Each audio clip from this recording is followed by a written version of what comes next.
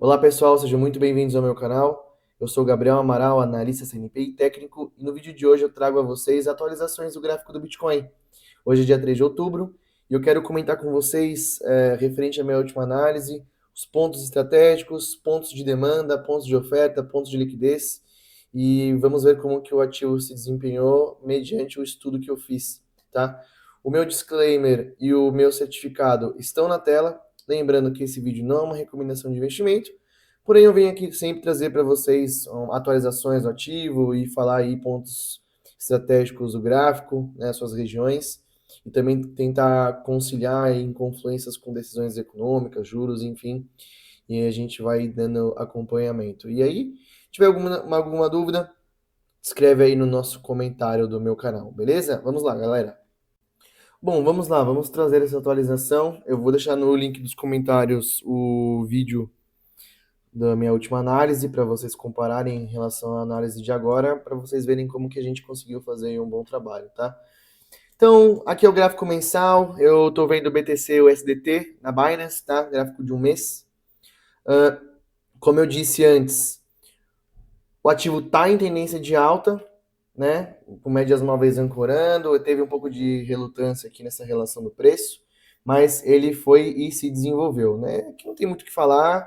Agora a gente traz aqui para o gráfico semanal e aqui a gente tem alguns pontos que eu comentei no último vídeo que eu quero trazer para vocês, né? Quais foram os pontos mais importantes que eu trouxe no último vídeo que eu trago aqui para vocês? Primeiramente, ele estava numa relação de luta aqui em relação à média móvel de 20. Eu falei, aqui era uma região de pressão, de demanda compradora, porque é uma média móvel de 20, voltando depois de um período que ele se estendeu, veio e fez a correção, né? O mercado precisa fazer esse movimento para corrigir, né? Ele expande, contrai para expandir de novo. E aí eu falei no último vídeo que ele tinha que ter uma força de demanda compradora nessa região, ou então que ele pudesse vir em regiões anteriores em confluência com Fibonacci, por exemplo, né, e chegar numa região de liquidez, né?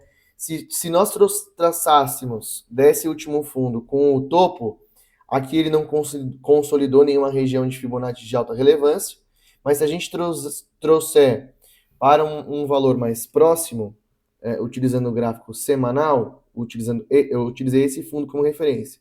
Se a gente utilizar esse fundo como referência e o próximo topo, né, que seria esse aqui, no caso, ele chegou numa região de 61,8 e numa região de demanda compradora em confluência com uma média móvel de 20 no gráfico semanal. Então aqui era, de fato, uma região é, importante aí no gráfico do Bitcoin, tá? Ele sentiu essa região de demanda, teve uma breve relutância, testou a região de novo, novamente ancorado pela média móvel, que é uma coisa que eu sempre falo, que é interessante, é importante o ativo, vou tentar desenhar aqui para vocês. É interessante o ativo quando ele romper a região, temos aqui, né, o desenho. É importante as médias móveis acompanharem essa movimentação, que foi exatamente o que ele fez aqui. Ele rompe, faz um pullback na média e volta. E a média móvel está acompanhando o movimento, ancorando o preço. Então isso é bom, tá? Isso é bom nessa ocasião, como eu tinha dito antes no vídeo anterior, né? Se eu trouxer ele para o gráfico diário, a gente tem informações um pouco mais completas que podem nos identificar aí oportunidades ou não, que a gente tem que ficar atento. Vamos lá.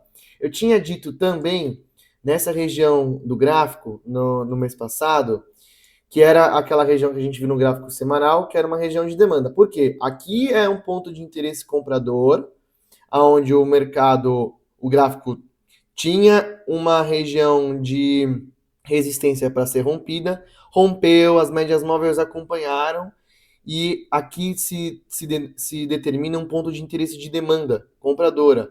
O que o mercado veio fazer? Testou a região, sentiu pressão de demanda compradora, capturando brevemente um pedaço de liquidez, em confluência com uma região de FIBO que eu tinha dito, né, lá, ó, 61,8, exatamente essa região aqui.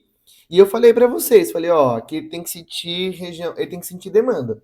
Se ele não sentir demanda aqui, ele iria capturar liquidez mais abaixo. Ele sentiu demanda, Não entrou em tendência, de fato, ele só sentiu uma demanda, foi uma demanda especial, testou a região de novo, que configura e repete que seja uma região de demanda compradora, respeita essa região de demanda compradora, cada vez mais essa região fica mais determinante, quanto mais toques, mais determinante ela é, sentiu novamente essa região de pressão de demanda compradora e desenvolveu com força. Né? O que a gente deve esperar aqui agora nesse momento? Né? Eu vou começar a desenhar no gráfico para ninguém falar que eu não tenho falado isso. Né? Que a gente pode observar aqui no Bitcoin agora? Para encerrar aqui. Ele tem que desenvolver nessa região. Por quê? Se ele ficar dentro desse retângulo, só se desenvolvendo dentro dessa região, como assim, Gabriel? Se ele ficar fazendo só esses movimentos aqui, ó, só esses movimentos aqui, ó, e aí ele pode furar, vem, fura e volta, o que isso significa? Significa que ele vai ficar capturando liquidez, né? Sobe, captura liquidez, cai, captura liquidez, sobe, captura liquidez, cai, e ele está num grande num retângulo, né? O que significa? Ele é um moedor de carne, né? Então, qual que é o melhor cenário agora, na minha visão, o que eu acho ideal? Alguns cenários, eu vou desenhar e vou deixar isso desenhado. Ele rompe essa região com interesse comprador, volta na região, faz pullback na região, respeitando essas regiões e volta a subir, né? O mercado nunca sobe de uma vez só, né, gente? E volta a subir, tá? Então esse é um primeiro cenário que eu acho interessante. Obviamente, se possível, ancorando com as médias, tá? Então esse é um primeiro cenário, eu tô desenhando aqui um primeiro cenário. Esse aqui é um cenário ideal, tá? Rompe, faz pullback, vai subindo devagar, com as médias uma vez ancorando, ele vai reconfigurando aí uma tendência de alta, tá? Segundo cenário hipotético, né? Vamos lá. Ele cria essa relutância, aqui ainda ele sente, ele vem, captura liquidez, sente essa região, só que as médias acompanham ele, né? Isso nos gráficos maiores também, a gente está no gráfico diário, e aí ele vai rompendo assim, com as médias acompanhando também. Então, estou desenhando aqui para vocês, tá? Esse é o gráfico diário. O gráfico semanal, a gente consegue ver um pouco isso. Deixa eu tirar esses desenhos agora, para ficar mais limpo. Ó. Olha aqui, gráfico semanal. O gráfico semanal é mais poderoso que o diário, né? Como a barra no semanal é grande, né? Uma barra de ignição de força de demanda compradora, entendeu? Só que tá meio flat aqui, né? Então, assim, o que a gente configura? Ele tá em tendência de alta no longo prazo? Tá. No longo prazo ele tá. Ó, olha como ele tá performando no longo prazo. Mas tá vendo que os movimentos dele estão expandindo menos, né? Aqui ele teve as expansões aqui no início da tendência, são mais longas, né? Com correções breves e longas.